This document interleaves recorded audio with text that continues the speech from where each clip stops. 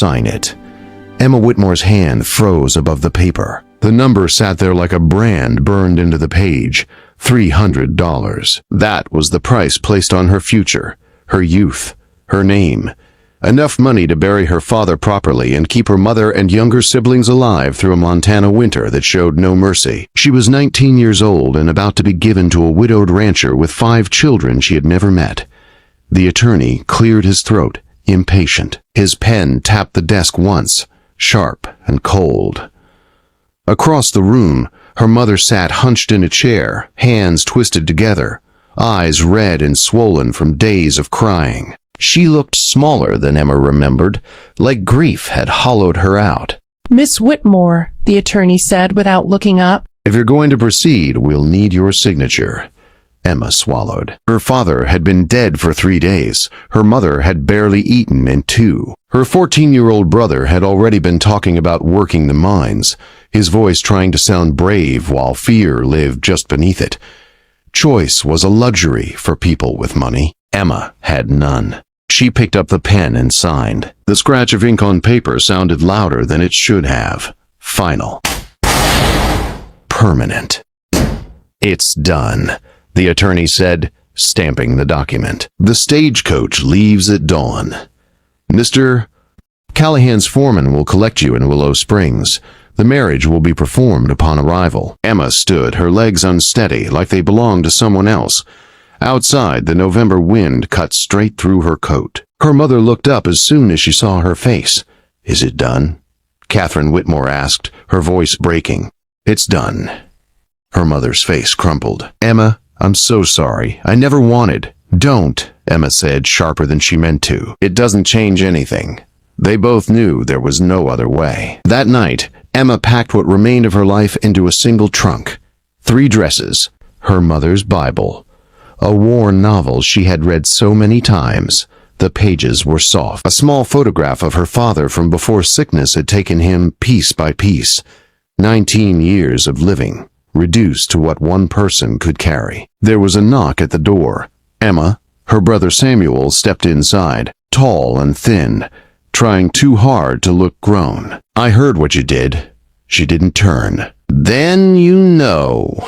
You sold yourself," he said, anger and fear tangled together. "To a stranger.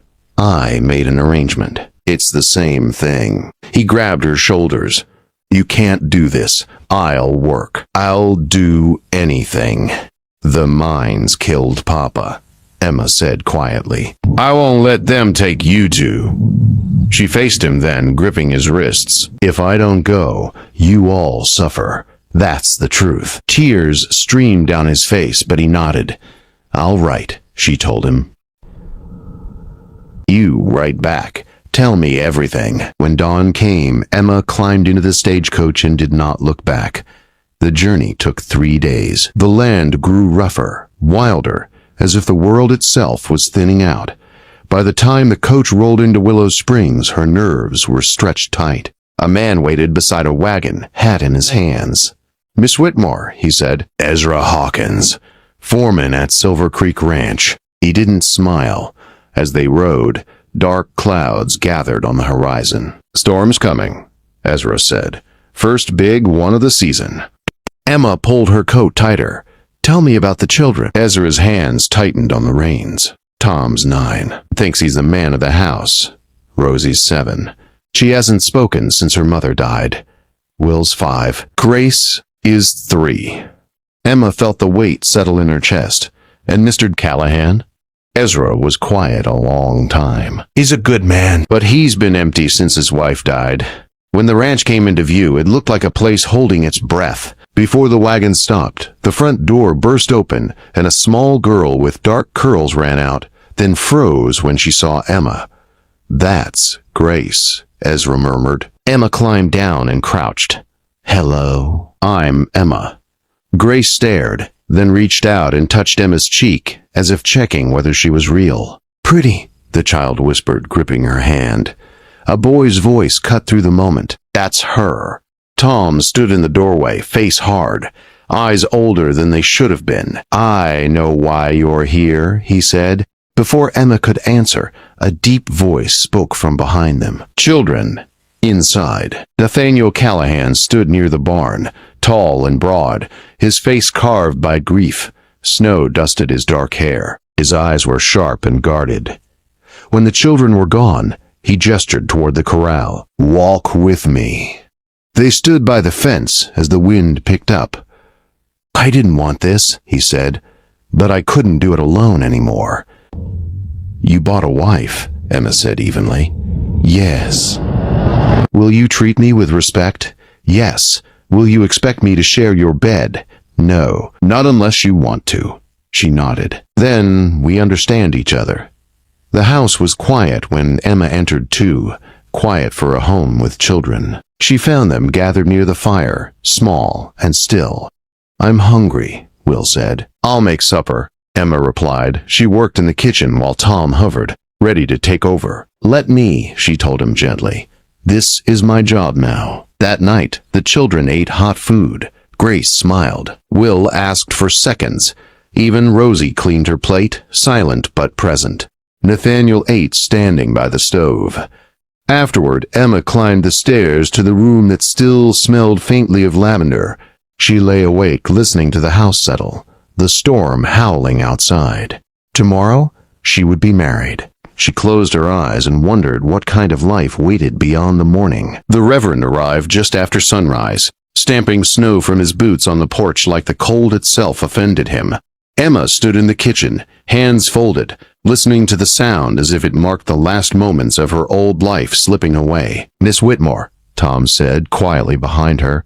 "Papa says it's time." Emma nodded. Her heart felt steady in a strange, hollow way.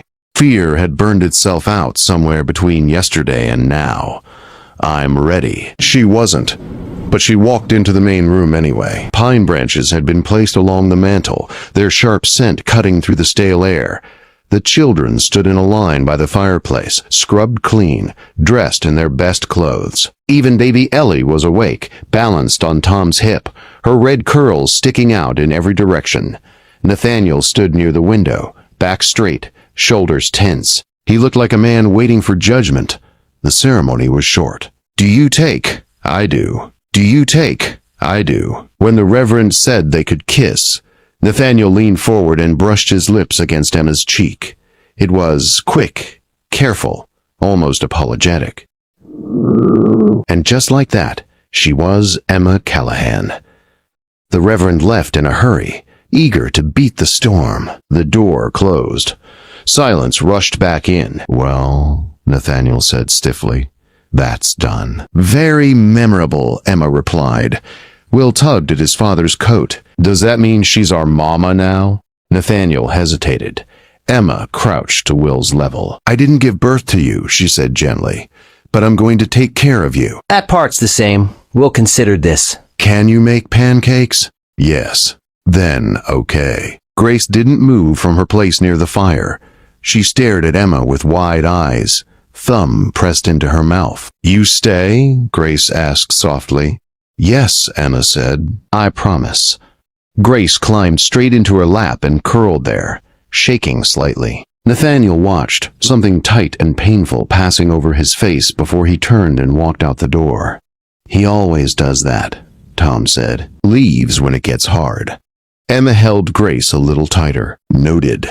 The storm hit before noon. Snow came sideways, pounding the house, erasing the world beyond the windows.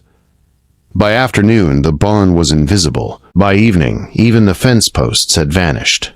"We're stuck," Tom announced. "Then we manage," Emma said. She organized the house like a battlefield. Food counted, wood checked, tasks assigned. Tom monitored the fire. Will entertained Grace. Rosie watched the storm from the window. Emma baked bread with Grace standing on a chair, flour everywhere. Grace smiled for the first time. "You warm," Grace said, hugging Emma's waist. Nathaniel came in after dark, covered in snow. "The animals are settled," he said. "Storm won't break tonight." "Supper's ready," Emma replied. "We eat together."